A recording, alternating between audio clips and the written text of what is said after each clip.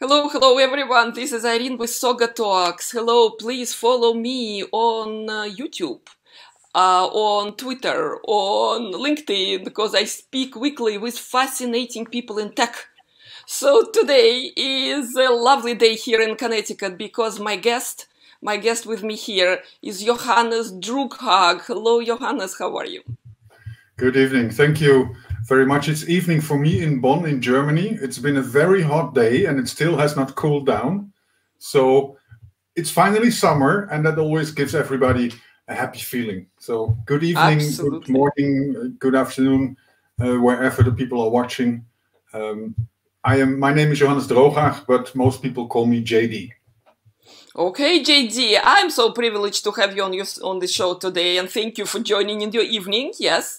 We're gonna talk about human elements. We're gonna talk about us human under the lens of cybersecurity, because we all read news. We get, technology trends from many sources.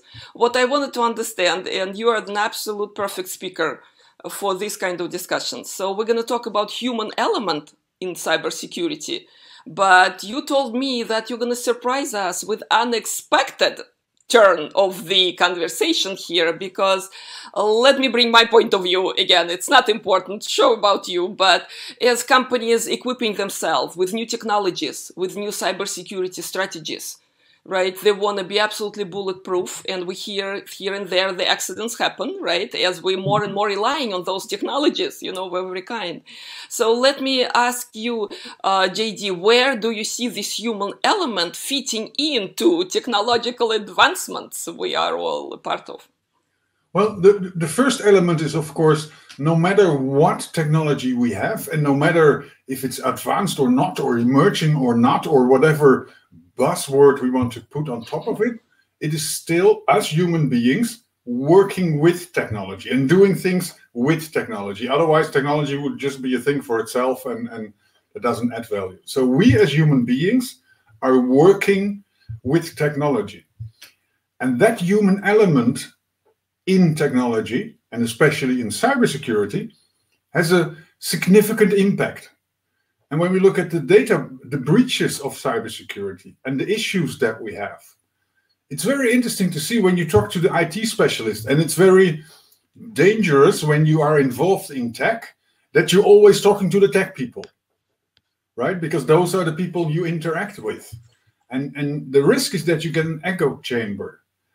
When you talk to them, there's a lot of focus on users and user errors and user failures, and users didn't do what they were supposed to do, and the users should not have done this or that. The moment we analyze the data of the actual cyber breaches, and I do that every year with my team since more than 5 years now, and we compiled that all our findings in a report. The moment we do that, and we look at the first problem, we don't look at the 5th problem or the 20th problem, we look at the first problem. What was the real root cause that this happened? The users are 10% and even less. Now, the next thing that we have heard, especially in the past years, is that the vendor, the brand or the supplier, that's the problem. That's something we have heard in the press, and there can be, of course, the impression that that is true. But when we look at the cyber breaches, the actual impact of technology, the vendors, the suppliers, is also less than 10%. And that leaves us with a little over 80%, which is neither the user nor the vendor. So my question to you and to everybody else is, could you guess what the 82% is? Do you have a feeling? I can try. So it's not the users, okay? If it's not the tech, I sense there gotta be some bigger, overarching. So what about human communication? What about something that humans do with tech? I mean, is this the correct answer? Yes and no. You're going in the right direction. What we see is that 82% is actually in the responsibility of the IT tech people. But I'm going to say this on forehand, blaming IT for 80% of the issues would be just as unfair as blaming the users. What we see is a very disturbing mix. We see that 28% of the cyber incidents are caused by abandoned technology. So that means technology we are still using, it is still there, we're just not managing it, we're not monitoring it, we are not actively involved in it, we're not patching it. And I always normally have to look at a very, very good example of that. Since a few weeks, I don't have to look for a good example anymore. The Colonial Pipeline hack was possible because there was a VPN instance, which was no longer used, which was not monitored, which had full access to everything. And because the password to that VPN instance was exposed, the hackers gained access to the network. Now, we can discuss, of course, yes, if there would have been zero trust, they would have not come beyond that initial VPN. And if there would have been proper segmentation, they would not have got that far.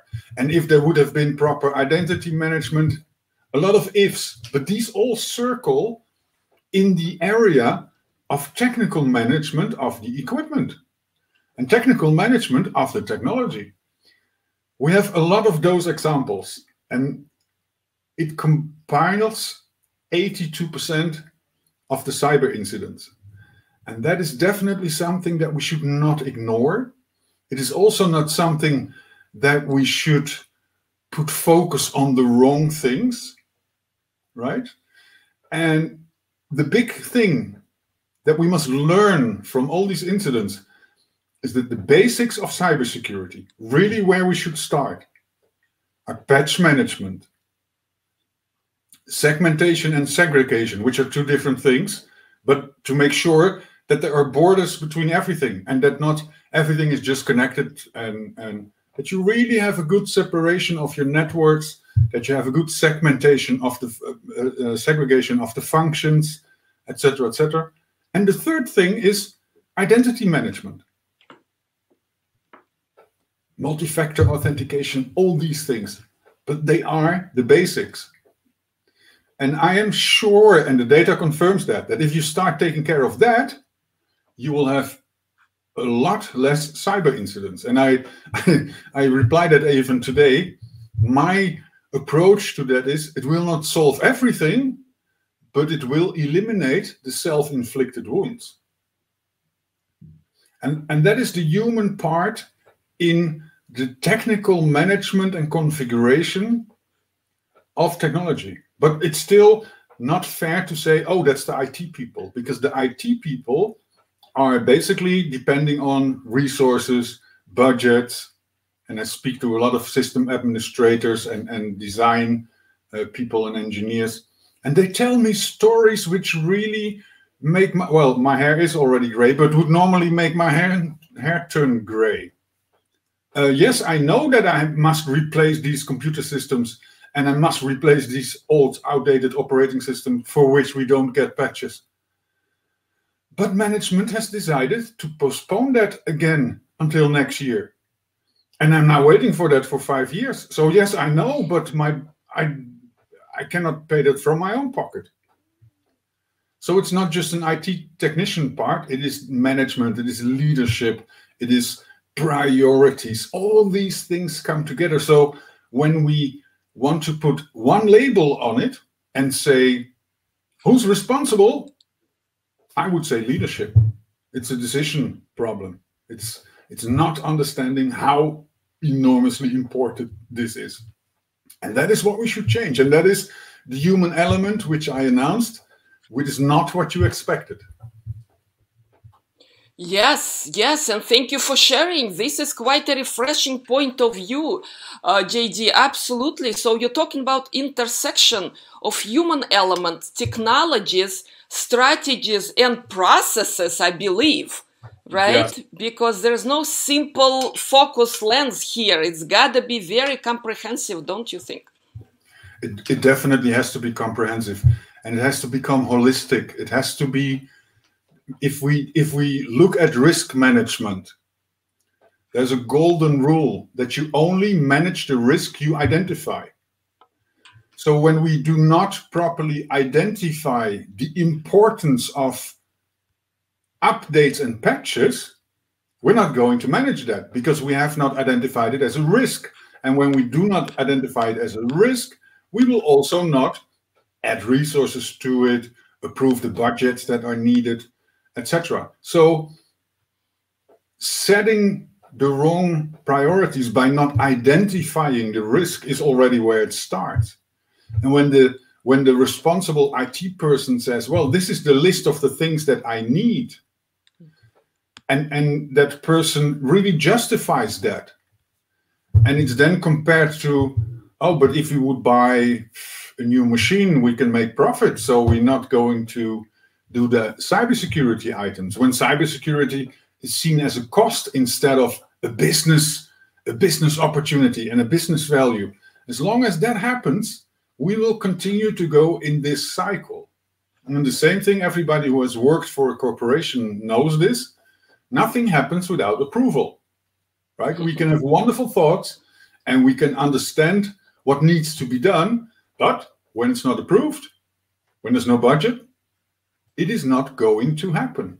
So the intersection, as you put it so wonderfully, between the organization, between the leadership, between the technology, between the experts, between the risk managers, between the auditors, between the board of directors, between the executives, everybody involved needs to synchronize the priority, the risk identification, and take care of those basics. That is so critically important. I fail to understand why we have tons of technology out there which is not managed and not patched. That is, I have no understanding for that.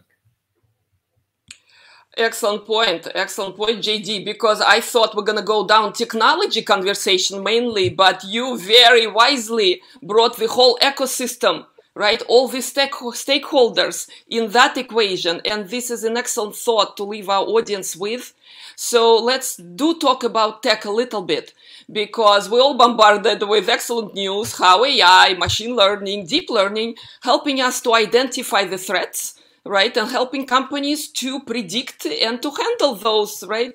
Those challenges. So where do you see, I mean, what's the cutting edge of what's possible, right? But at the same time, what's realistic for companies to really employ and take advantage? Mm-hmm. Well, when we look at the emerging technologies, AI, etc., we need to understand two very simple things.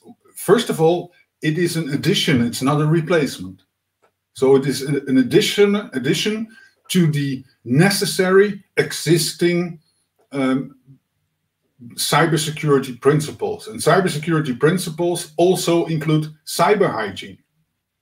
So cyber hygiene means that everybody in the organization needs to clearly understand what the responsibilities are. I always put it in a simple sentence: cybersecurity is everybody's business. Now, where we need to be a little bit careful with is that we say we buy new technology and that will handle everything. No, we buy new technology in addition to cyber hygiene, cyber awareness, prioritizing the cybersecurity basics. Then we do the right thing. And with that emerging technology, we can achieve a couple of things. One of the things of AI and machine learning is that it is capable to process so much information at the same time and identify patterns where we as human beings would need much more time, or we would not be able to identify so many variations in such a short time. And we would not be able to identify, is this something normal or is this something which normally doesn't happen? Because the stream of information is so gigantic, it's so huge that human beings are no longer able to keep up. So what AI and machine learning can do is filter out all the noise and create actionable information for the experts who, working in the SOC or working in an IT department, can then start responding. A second thing that especially ML will be very good at is that growing knowledge about what the organization does, and especially if we then build the bridge to zero trust. With zero trust, we say, and it's a very important part, it's a journey. You're never finished. You constantly have to keep monitoring what happens. And a proper ML engine can then inform you about, well, this user is normally doing that, but in the last 2 weeks, we see the same user do that plus something else. Is that okay? It can really do that, identify those patterns very fast and pull the important details out of the huge pool of information, but then also work with you. So when that pattern is approved, it will also approve it the next time because it had learned that that is a standard organizational pattern. And you don't have to do that repetitively. You don't have to keep approving the same thing, leading to a level of disengagement, which we want to avoid. That's all great. And the third thing, and that is where I really am supporting the experts by having the technology doing a lot of the manual work and a lot of the work that would normally overload your brain. The experts are again able for something that is very important, threat hunting. When the technology takes the bulk load and does all the analysis of all the massive streams of information, and the security experts are again much more enabled for threat hunting and look at, okay, why is this happening? I learned about this zero-day vulnerability. I am now going to make sure that we have a strategy to do the patching, although we have to keep working because we cannot shut down the entire network for 2 days until we are finished or whatever it will be. The people, the experts, will be able to focus much more on what needs to be done when the emerging technology takes care of all the other things. And I think that is a wonderful development we need urgently, because the cyber criminals, the state-sponsored actors, the ego hackers, whatever they come from, whatever motivation they have, they're getting smarter. They are using the advanced technology already. So we need to make sure that our experts, our cyber defense teams are capable of keeping up. And that cannot happen when we also overload them with all kinds of information and service requests and if everything else we need to do. So clean their plate and allow them to work on what matters. That is a very good development. And that is what we always want. We don't want technology to be an objective or a goal. We want technology to help us improve in all kinds of directions. And that's for us very important. If this brings an important, element here, JD, what about talent? Okay, because all these organizations will have to have capable talent on board to handle, right? Because it looks like more and more, right? Weight is on the availability of the resources. So question is, where do you see we stand? Because here and there, it's like 80 organizations, 80%, some stats, right, reporting that they are understaffed, right? And where do you think we're going? There is an estimate of roughly 3 to 4 million positions now, which cannot be fulfilled because we don't have enough talent. And I assume that that is going to be more. So if we don't act, we don't get very active, it's going to be 4 million, 5 million, 6 million. It will increase.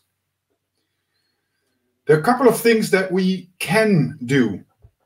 One of the things that we should do much more is that we have an enormous talent pool we are not using. 50% of the world's population are women, right? Now look at the technology departments. Look at the universities. Look at it is improving. If I compare it to when I was in college, it has definitely improved, but it's not where we should be. So by working all of us together to make it much more possible for young girls and for women who want to change their career, because we know that half of the 50% of the current cybersecurity experts didn't start as a cybersecurity expert. They changed their career. So women who want to change their career, young girls who want to get involved in this, give them that opportunity and show them and demonstrate them. And that's why I love what you do as well, by making technology something where you can talk about. Give them a very clear message. Yes, you belong here. We need you. Please come over. What we can also look at is neurodiversity. Currently, it is all too much in a small pool, and there is some diversity, but not enough. We should increase that. We should look at the people with a special talent, which maybe do not fulfill the requirements of the technology and the classical models, but they do have the talent we need. We should start looking at that. And the third thing that I think is very important is that we accept that for most security issues, we don't need enormously qualified people to solve those. I think that we are still assigning a lot of the work to overqualified people and have them solve issues which are caused by the fact that we have not solved the basics. So if we do the basics, and I mentioned them a few times already, but I want to repeat them: patch management, identity management, segregation, and segmentation. If we take care of that, then the special talent will be less overloaded. And I assume that we can then, maybe if it still would be 3 million jobs, we can keep it at 3 million jobs and prevent that it will escalate to 4, 5, and 6 million. There are a lot of things that we can do, but what we must start with is make sure that everybody is welcome in our industry, including the ladies. Please, ladies, we really, really need you. Excellent. This is excellent message out there, JD. Thank you for that, because frankly, you're absolutely right in terms of when people think about tech, high tech, right? The complicated math equation coming to mind, right? People think I was not good at math at school. This is not for me. And yet, I mean, I'm a good example of something, because you can start somewhere. You don't need to be math academic to go into the field, because as you said, the democratization of technology happening, and much, you know, in workplace, we need people who are capable to do certain things in the area. And this is very rewarding area, by the way. If you think about compensation, this is a great motivational. Yeah, absolutely. So fantastic that, again, people don't have to be even college graduates nowadays. I hear about boot camps. Have you heard of those, where people being trained and being, yes, helped to find the job? I think boot camps are wonderful initiatives when we assign them to the right level of qualifications and the right task. So if we do boot camps and then we place those people at a level where you talk about quantum encryption, and that's not going to work. But if you take the people trained on specific tasks and trained on specific understanding, and they go do the things that need to be done, I mean, yes, please bring it on, and stop believing that everybody involved in cybersecurity has to be able to write a dissertation on quantum computing, because that's not necessary. We have all kinds of levels.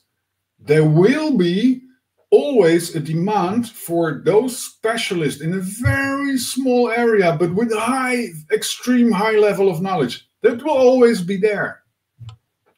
But technology has become so democratic and has become so accessible and has become so common that there is also a big layer where we just need people who really love to do this and who really enjoy learning the details of the technology they are working with. Now, here's the funny thing. We interview administrators, and we do that every year, and we involve that in our research. You hear really shocking things. You hear administrators who say, well, I didn't have training for the technology I'm working with in the past 2, 3, 4, 5 years. And when we then start talking about why, some of them say, I'm working overtime constantly. My boss doesn't make time for me. The organization doesn't support me. I just don't have time to do even additional training. It's a problem. I just cannot manage that. Others say, I don't need that. And that's the part where it gets dangerous, that people get so convinced of their own experience and competence, and they do have experience and they do have competences, but they forget that that is 5-6-year-old knowledge that they have, and the technology changes in 2-3 months cycles. So what you have learned about Microsoft Exchange 6 years ago is very cool, is very necessary, very important, but it doesn't add all the security details that have evolved over the last 5-6 years. When you have learned how to create a cloud environment 5 years ago or 10 years ago in the early stages, well, good for you, important information. But if you do not constantly update that and constantly improve and constantly educate, you're working with outdated information. So I would rather have somebody with bootcamp technology who maybe doesn't know everything, but that person comes in with the latest, greatest information and skill set for the challenges we have today. I think that's a very cool solution. And I think that it is also a bit better than when we are working with outdated information. And maybe when we do that right, and we bring in the bootcamp folks, and we bring in the ladies, and we bring in all kinds of from talents from all kinds of directions, and then we can free up those very experienced system administrators and make sure that they have time for proper training and education in the current technology. So we are solving things by solving things. And I think that's the way it always works. Fantastic, fantastic. So we mentioned briefly leadership, how important it is, because in this whole universe, right, of protecting company assets, companies' employees, right, how important it is for leadership also to be aware, to have basic knowledge, I'm sure, to make right decisions. So at the end of our conversation today, JD, could you please bring up a few points that you think important for leaders who also might be a little overwhelmed, thinking that I don't have time to go to cybersecurity class in depth? Okay, what kind of message, we should send out there? I always start with bringing it back to a very simple level. When you are the chief executive officer of a car part production plant, something we see a lot in Europe, that doesn't mean that you are also a metallurgist. And that doesn't mean that you also are certified to operate the forklift. No. It means that you are responsible for running that plant or that group of plants. That's your job. And what did you do? Well, you collect a team of experts in all the different areas. And you start with communication. That is your task. So if you now have a company, and I don't think that there are many companies left without digital exposure. I think every or almost every company has digital exposure. Does the CEO have to be the cyber expert? No. I think it would actually be wrong, because the risk of being in love with technology is very high. But the CEO must have two things. He must have communication with his team, and he must have a development plan with his team. Okay, we are having the chief information officer. Well, the chief information officer might be good in technology, but not really the top guy for the security, because the security goes beyond the technology. Let's put in a Ciso. Let's put in a chief information security officer. Well, thumbs up again. If we don't talk to those people, it doesn't bring us anything. If we don't go into a learning mode with these people, it doesn't bring us anything. The good companies have not a boss leadership structure. They have a team structure where every individual is respected for her or his expertise. And there is a lot of forming common understanding. And there is a lot of consensus. And there is a lot of, what do you think about that? Is that okay with you? And when the Ciso and the CFO and the CEO have that relationship, that leadership-focused relationship, and they follow the Simon Sinek model.